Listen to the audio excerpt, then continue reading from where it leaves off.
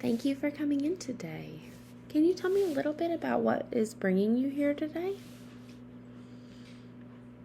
Okay. Okay, so has there been any time you can recall when you may have been scared or started to panic and you can think back to what might have triggered it?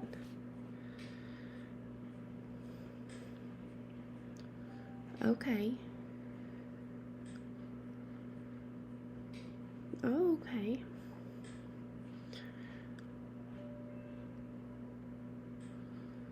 Thank you for sharing that with me. I know sometimes that can be difficult to talk about. So what you're telling me and what you're explaining to me is a form of trauma. And this trauma could be leading to some of the symptoms that appear like they could be causing these panic attacks. So your symptoms, like I said, kind of are sounding like they could be causing panic attacks. Panic attacks can look different to different people, but a lot of times they have very similar features. So you talk about having a hard time breathing and feeling like you can't get out of the situation. Some other symptoms that can show up are feeling like you can't get your breath, or feeling like you're being smothered. Heart symptoms such as palpitations, a pounding heartbeat, or like your heart rate is going really fast. If your chest starts to hurt or you start feeling like you're choking, and even being scared that you are going crazy or losing control. Sometimes panic attacks can be triggered by certain events or people or feelings, but other times they can have no real cause, and you might not always be able to determine what is causing it. Okay, yeah. So there are some different options we can work on to help you manage your panic attacks and prevent them. But in the moment, I want to work on ways that you can use right now to help you come out of that state. So whenever you are feeling like you can't breathe, like you need to get out, some different ways for you to manage that. Is there anything you've tried? Okay.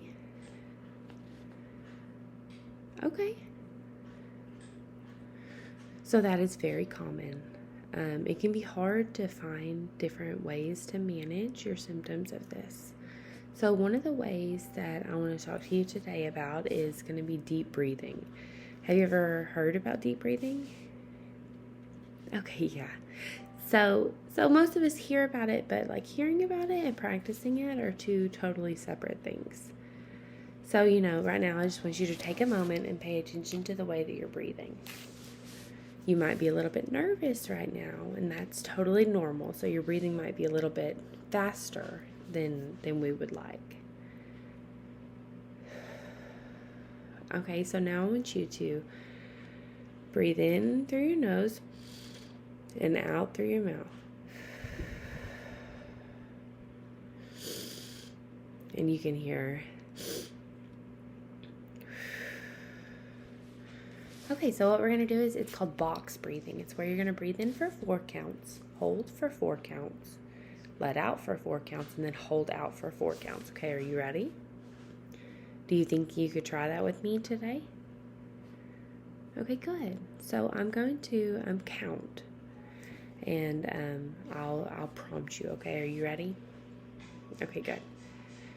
Okay, breathe in, 2, 3, 4, hold, 2, 3, 4, breathe out, 2, 3, 4. Now hold, 2, 3, 4, breathe in, 2, 3, 4, hold, 2, 3, 4, breathe out, 2, 3, 4, hold, 2, 3, 4.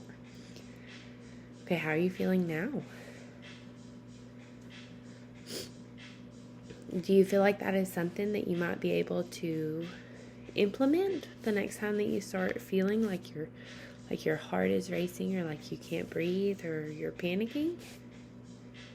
Okay, good. Now I do want you to try that this week and just come back and report that back to me, okay? And we will work on going into some of the more in-depth interventions, such as cognitive processing therapy, possibly some eye movement desensitization.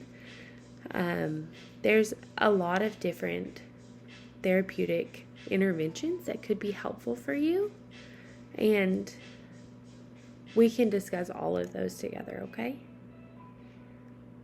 Okay, thank you for joining me.